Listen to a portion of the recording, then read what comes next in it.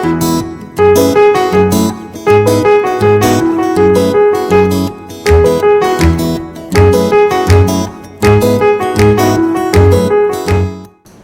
students, in previous lecture we start a linear equation in two variables and we studied the concept of linear equation in two variable, also the simultaneous equations and the methods of simultaneous equations. Now we start the exercise 1.1. अभी 1.1 में question number 1 is activity which is already studied in 9th standard. जो activity आप लोगों ने 9th standard में पहले से ही study की हुई है, सो वो एक्टिविटी आपको अपने घर पे सॉल्व करनी है। Okay, so we start the question number 2। The question number 2 is solve the simultaneous equations. Whatever equations are given, we have to solve that equations. अभी ये एक्सरसाइज में हम लोग लास्ट लेक्चर में ही मैंने आपको कहा था कि ये साइमल्टेनियस इक्वेशन सॉल्व करने के 4 मेथड्स है। उसमें कि elimination method and substitution method आप लोगों ने पहले ही 9th स्टैंडर्ड में स्टडी की हुई है। सेम थिंग यहाँ पे भी हम लोगों को क्वेश्चन नंबर 2 एक तो एलिमिनेशन मेथड या सब्स्टिट्यूशन मेथड से सॉल्व करना है। सो फर्स्ट क्वेश्चन, यहाँ पे आपको 2 इक्वेशंस दिए होंगे। एक तो आप वो एलिमिनेशन मेथड से सॉल्व करेंगे या आप सब्स्टिट्यूशन मेथड से सॉल्व करेंगे। मैं दोनों मेथड्स आपको दिखा रही हूँ, आपको जो इजी मेथड सुटेबल लगे आप उस मेथड से ये सॉल्व कर सकते हैं। अभी first of all given simultaneous equations are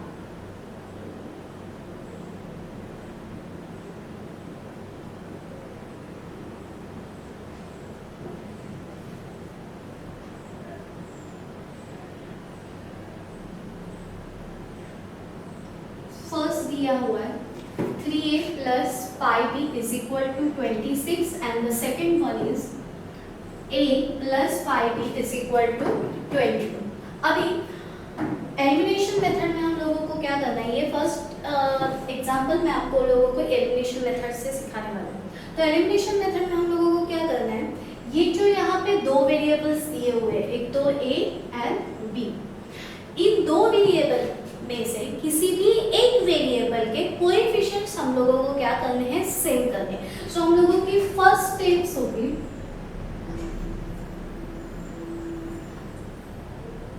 coefficient same करना।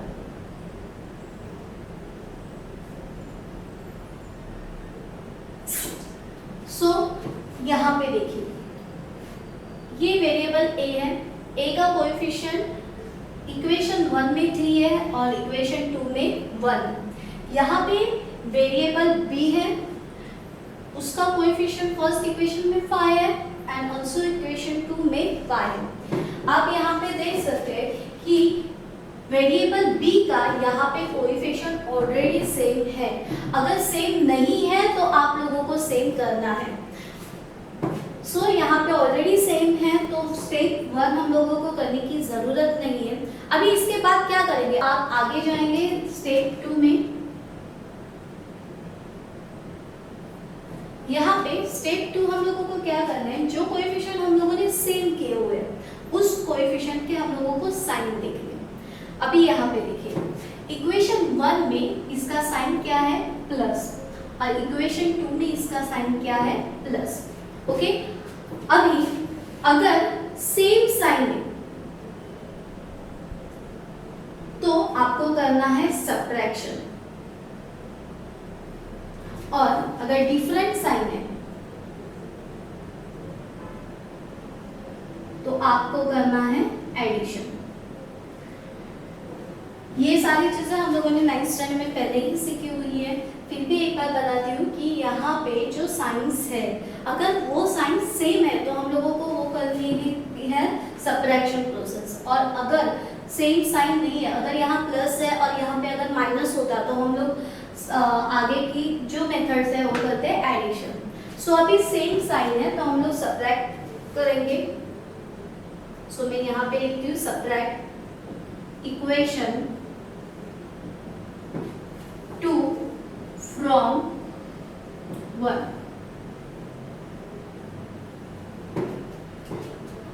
क्या लिखा मैंने यहाँ पे subtract equation 2 from 1, that's mean what equation 2 हम लोगों को 1 में से क्या करना है, माइनस करना है। सो मैं यहाँ पे लिखती हूँ 3a plus 5b equal to 26 which is our equation number 1 minus a plus 5b is equal to 22 which is our equation number 2। अब यहाँ पे सब्ट्रैक्शन प्रोसेस है, इसलिए सेकेंड इक्वेशन के साइन चेंज होंगे। जैसे कि यहाँ पे a की सिंबल है प्लस, तो हम लोग वहाँ पे करेंगे माइनस। यहाँ पे है प्लस, तो यहाँ पे हम लोग करेंगे माइनस। यहाँ पे 22 प्लस 22 है, तो उसको हम लोग करेंगे माइनस 22। ना listen, 3a minus a, 3a में से 1a हम लोगों को माइनस करना है, तो यहाँ पे बचता है 2a plus 5 minus 5 cancel equal to 26 minus 22 is 4. So a is equal to, here 2 is multiplied by a, so it become 4 upon 2. So the value of a is 2. अभी क्वेश्चन था सॉल्व द साइमल्टेनियस इक्वेशन। कोई भी equation हम लोगों को solve करना है, मतलब क्या करना है, इन शॉर्ट उस इक्वेशंस में जो वेरिएबल्स है उस वेरिएबल के हम लोगों को वैल्यू फाइंड आउट करनी है। अभी ए भी वेरिएबल है, ए की वैल्यू हम लोगों ने फाइंड आउट की, दैट इज 2, बट इक्वेशंस में ए की वेरिएबल नहीं है, इक्वेशंस में दो वेरिएबल है। ए की वैल्यू हम लोगों ने फाइंड आउट की है, अभी हम लोगों को बी की वैल्यू फाइंड आउट करनी है। अभी बी की वैल्यू फाइंड आउट करने के लिए हम लोगों को क्या करना है, तो यहाँ पे जो a की वैल्यू हम लोगों ने फाइंड आउट की है, वो वैल्यू कोई भी एक इक्वेशंस में हम लोगों को सब्स्टिट्यूट करनी है। So put value of a in equation 1। आपको अगर इक्वेशन 2 में भी सब्स्टिट्यूट करनी है तो आप सब्स्टिट्यूट कर सकते हो। What is equation 1, that is 3a plus 5b is equal to 26। This is your equation number 1। Now 3 multiply by a, that's mean what, 3 multiply by 2। क्यों यहाँ पे, क्योंकि यहाँ पे जो a की वैल्यू है वो हम लोगों ने फाइंड आउट की है एज 2, इसलिए मैंने a की जगह पे उसकी वैल्यू सब्स्टिट्यूट की, plus 5b is equal to 26। Now a into 3 into 2 is 6 plus 5b is equal to 26। 6 यहाँ पे प्लस है, तो हम लोग वहाँ जाके उसको क्या करेंगे, minus. So 26 minus 6, so 5a is equal to 26 minus 6 is 20. Now 5 is multiplied by b, that means b is equal to 20 upon 5. So the value of b is equal to 4. So therefore solution set, आपको ये लिखना जरूरी है।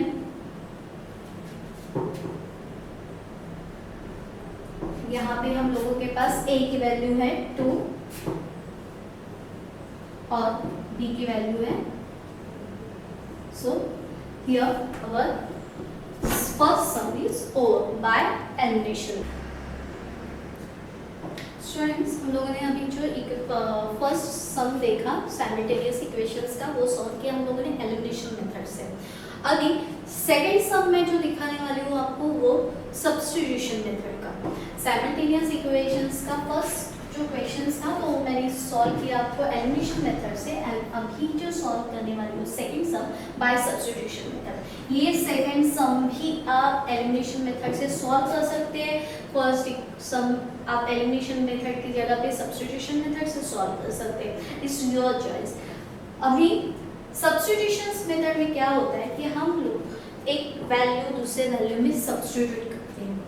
अभी यहाँ पे देखिए, आपको क्या करना है, कोई भी ऐसा इक्वेशन एक लेना है जिसका एक वेरिएबल एक साइड रहेगा, बाकी के सारे टर्म्स, कोएफिशिएंट्स, वेरिएबल दूसरे साइड शिफ्ट हो जाएंगे। सो जो आपको इक्वेशन इजी लगेगा वो इक्वेशंस आपको लेना है, नॉट नेसेसरी एक फर्स्ट इक्वेशन ही लेना है, सेकेंड इक्वेशंस लेना है, इट्स योर चॉइस। अभी यहाँ पे मैं चूज करती हूँ इक्वेशन 1, सो मैं यहाँ पे लिखूंगी equation 1 can be written as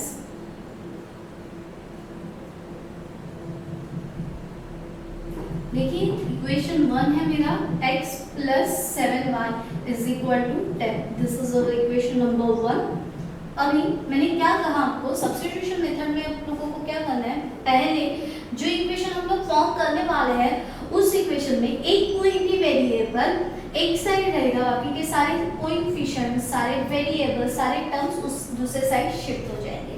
अभी यहाँ पे मुझे इजी सबसे मैंने इक्वेशन 1 क्यों लिया, क्योंकि यहाँ पे इक्वेशन 2 में y और x दोनों के कोएफिशिएंट्स 1 से ज्यादा है, तो शिफ्ट करने में थोड़ी दिक्कत होगी। बेटर वे अगर मैं इक्वेशन 1 लेती हूँ तो y के साथ तो 1 से ज्यादा कोएफिशिएंट मतलब 7 कोएफिशिएंट है, बट x के साथ सिर्फ 1 कोएफिशिएंट है, तो मुझे वो सॉल्व करने में ज्यादा इजी होगा। सो यहाँ पे मेरा इक्वेशन 1 मैं फॉर्म करूंगी x इज इक्वल टू 10, ये प्लस 7y वहां पे शिफ्ट होके माइनस 7y हो जाएगा। सो आप देख सकते हैं कि मैंने एक साइड पे सिर्फ एक वेरिएबल रखा है और बाकी सारे टर्म, सारे वेरिएबल, सारे कोएफिशिएंट दूसरे साइड शिफ्ट किए। सो अभी मैं इसको दूंगी इक्वेशन नंबर 3। यहाँ पे अगर आप देखा जाए तो यहाँ पे मुझे वेरिएबल x की वैल्यू मिलती है, ओके। अभी मैं क्या करूँगी, ये वैल्यू जो मुझे वेरिएबल x की मिली, अभी मैंने इक्वेशन 3 फॉर्म कैसे किया, फ्रॉम इक्वेशन 1। अभी जो इक्वेशन 3 मैंने फॉर्म किया है वो मैं सब्स्टिट्यूट करूँगी इक्वेशन 2 में। आप इक्वेशन 1 में भी सब्स्टिट्यूट कर सकते हैं, बट हम लोगों ने पहले इक्वेशन 1 यूज किया हुआ है, इसलिए मैं इक्वेशन 2 में वो सब्स्टिट्यूट कर रही हूँ। So substitute value of x in equation 2. So my equation 2 is 3x minus 2y is equal to 7. This is equation number 2. Now यहाँ पे 3 multiply by x और मैंने यहाँ पे x की वैल्यू क्या फाइंड आउट की है, 10 minus 7y। सो मैं वहां पे सब्स्टिट्यूट कर रही हूँ, minus 2r as it is equal to 7। Now here 3 into 10 is 30 minus 3 into minus 7y is 21y minus 2y is equal to 7। अभी मैं ये मेरा ब्रैकेट सॉल्व हुआ है तो मैं ब्रैकेट ओपन करती हूँ, यहाँ पे प्लस साइन है तो साइन को चेंज नहीं होगी। So as it is लिखूंगी 30 minus 21y minus 2y is equal to 7। Now यहाँ पे अगर आप देखें तो दोनों variable y, so minus 21y minus 2y is minus 23y is equal to 7। अभी यहाँ पे जो 30 है वो मैं उस साइड शिफ्ट करूंगी, that is minus 23y as it is 7 minus 30 because here 30 is plus, so it is become minus. Now minus 23y is equal to 7 minus 30 is minus 23। अभी यहाँ पे माइनस 23y को मल्टीप्लाई है तो मैं उधर जगह उसको शिफ्ट करूंगी, so minus 23 upon minus 23, so the value of y is 1। सो यहाँ पे हम लोगों को y की वैल्यू मिल जाती है। अभी बचा x, हम लोगों को x की वैल्यू फाइंड आउट करनी है, पर देखा जाए तो यहाँ पे x इक्वेशन 1 है हम लोगों के पास, इक्वेशन 2 है और इक्वेशन 3 है। हम लोग ये y की वैल्यू कोई भी एक इक्वेशन में पुट करेंगे और हम लोग x की वैल्यू फाइंड आउट करेंगे। अभी यहाँ पे अगर देखिए आप इक्वेशन 1 में अगर मैंने x की वैल्यू सब्स्टिट्यूट की तो भी हम मुझे टर्म्स यहाँ वहाँ शिफ्ट करने पड़ेंगे। इक्वेशन 2 में सब्स्टिट्यूट की तो भी मुझे टर्म्स यहाँ वहाँ शिफ्ट करने पड़ेंगे।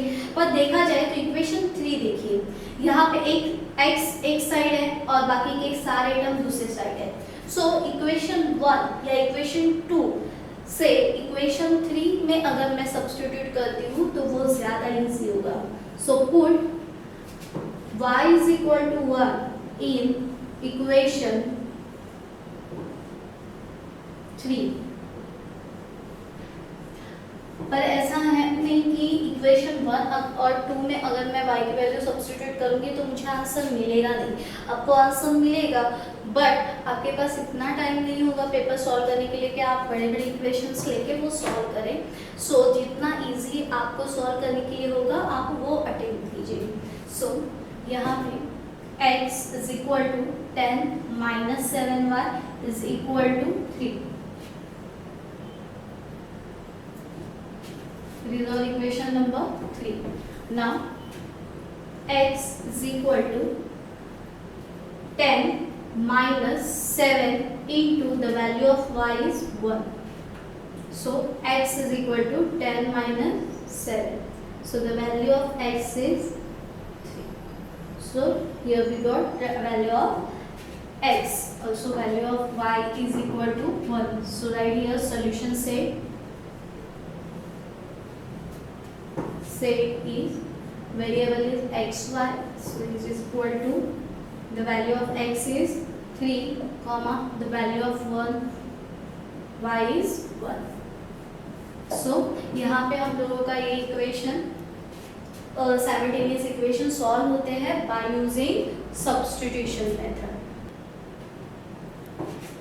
हम लोगों ने फर्स्ट सम एलिमिनेशन मेथड से सॉल्व किया, सेकंड सम हम लोगों ने सब्स्टिट्यूशन मेथड से सॉल्व किया। थर्ड सम आपको होमवर्क है जो आप एलिमिनेशन मेथड से भी सॉल्व कर सकते हैं या सब्स्टिट्यूशन मेथड से भी सॉल्व कर सकते हैं। अभी मैं यहाँ पे फोर्थ सम दिखा रही हूँ जो मैं फिर से एलिमिनेशन मेथड से सॉल्व करके दिखा रही हूँ। अभी एलिमिनेशन मेथड में जो मैंने वहाँ पे आपको एक साइड में टिक करके स्टेप्स दिए थे, वहाँ पे फर्स्ट स्टेप मैंने बताया था कि जो एलिमिनेशन मेथड में वेरिएबल रहते हैं उस वेरिएबल्स में कोई भी एक वेरिएबल के हम लोगों को कोएफिशिएंट सेव करने। ओके, सो यहाँ पे देखिए, यहाँ पे दो वेरिएबल है that is m and n। अभी n का कोएफिशिएंट इक्वेशन 1 में 5 है और इक्वेशन 2 में 1 है। n का कोएफिशिएंट 3 है और यहाँ पे 6 है। सो मुझे अगर ये m के कोएफिशिएंट सेम करने हैं तो मुझे दोनों जगह पे 5 लाने हैं क्योंकि 5 और 1 का एलसीएम होता है 5।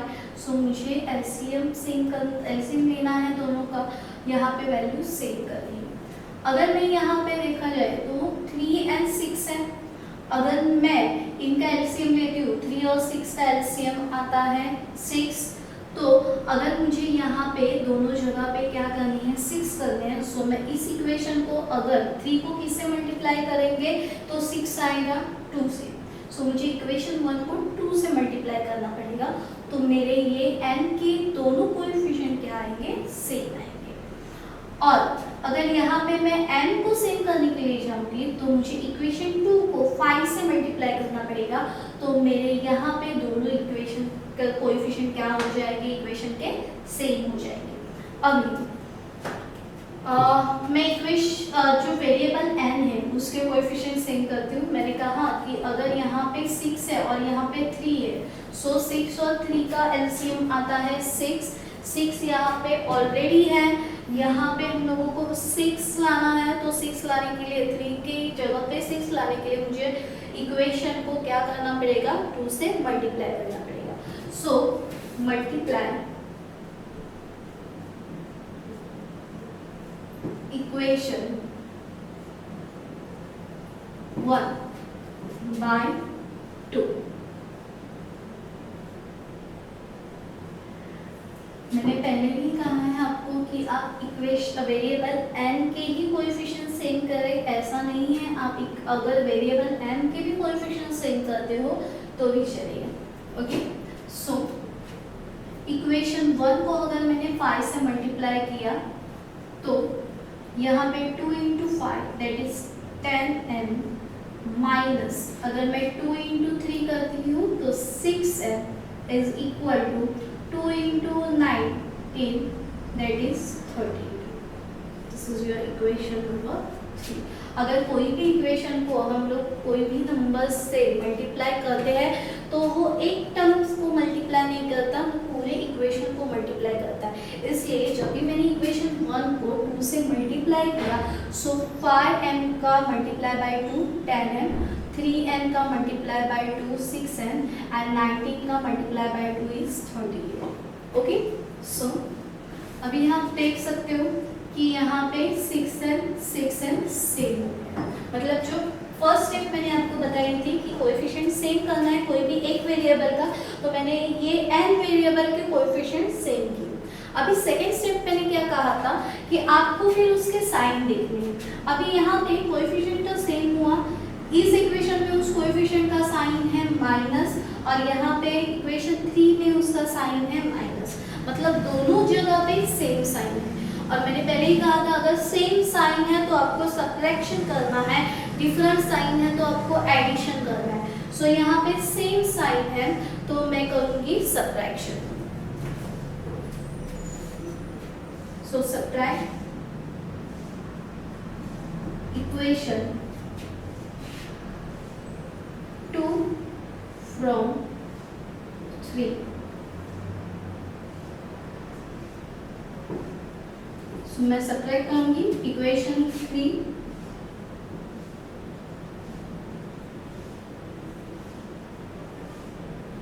माइनस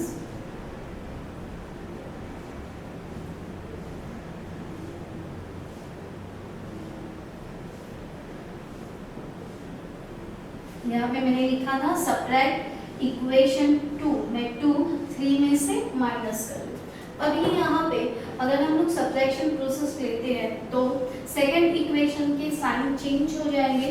सो यहाँ पे जो प्लस m था वो हो जाएगा minus m, minus 6m pickup plus 6m और यहाँ पे जो प्लस 7 है वो हो जाएगा माइनस 7 है वो हो जाएगा प्लस 7। अभी यहाँ पे अगर एडिशन प्रोसेस होती तो मुझे ये साइन चेंज करने की ज़रूरत नहीं होती। तो सबट्रैक्शन प्रोसेस के लिए हम लोग क्या करेंगे, साइन चेंज होगा। यहाँ पे जो माइनस 6n है plus 6n cancel, 10 minus 1 is 9m is equal to 38 minus 7 it is 45। So 38 plus 7 is equal to 45। m is equal to 45 upon 9.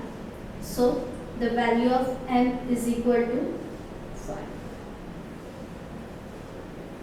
अभी हम लोगों को ये m की वैल्यू कोई भी एक इक्वेशन में सब्स्टिट्यूट करनी है, अगर इक्वेशन 1, 2 और 3। सो यहाँ पे मैं लिखती हूँ put m is equal to 5 if equation 2 now equation 2 is m minus 6n is equal to minus 7. this is your equation number 2. आप equation 1 या equation 3 में भी substitute कर सकते हो। ओके, सो m की वैल्यू मुझे मिली थी 5, सो मैंने m की जगह पे substitute किया minus 6n is equal to minus 7. सो यहाँ पे 5 माइनस 7 यहाँ के हो जाएगा प्लस 7 इज इक्वल टू ये जो माइनस 6n है वो वहाँ शिफ्ट होके 6n। अब 5 plus 7 is equal to 12 is equal to 6n. 6 is multiplied by n. When we shift the 6 in LHS sign, then it is 12 divided by 6 is equal to n. So the value of n is equal to 2. So here we got the value of n. So solution set is m comma n. The value of m is 5 and the value of n is.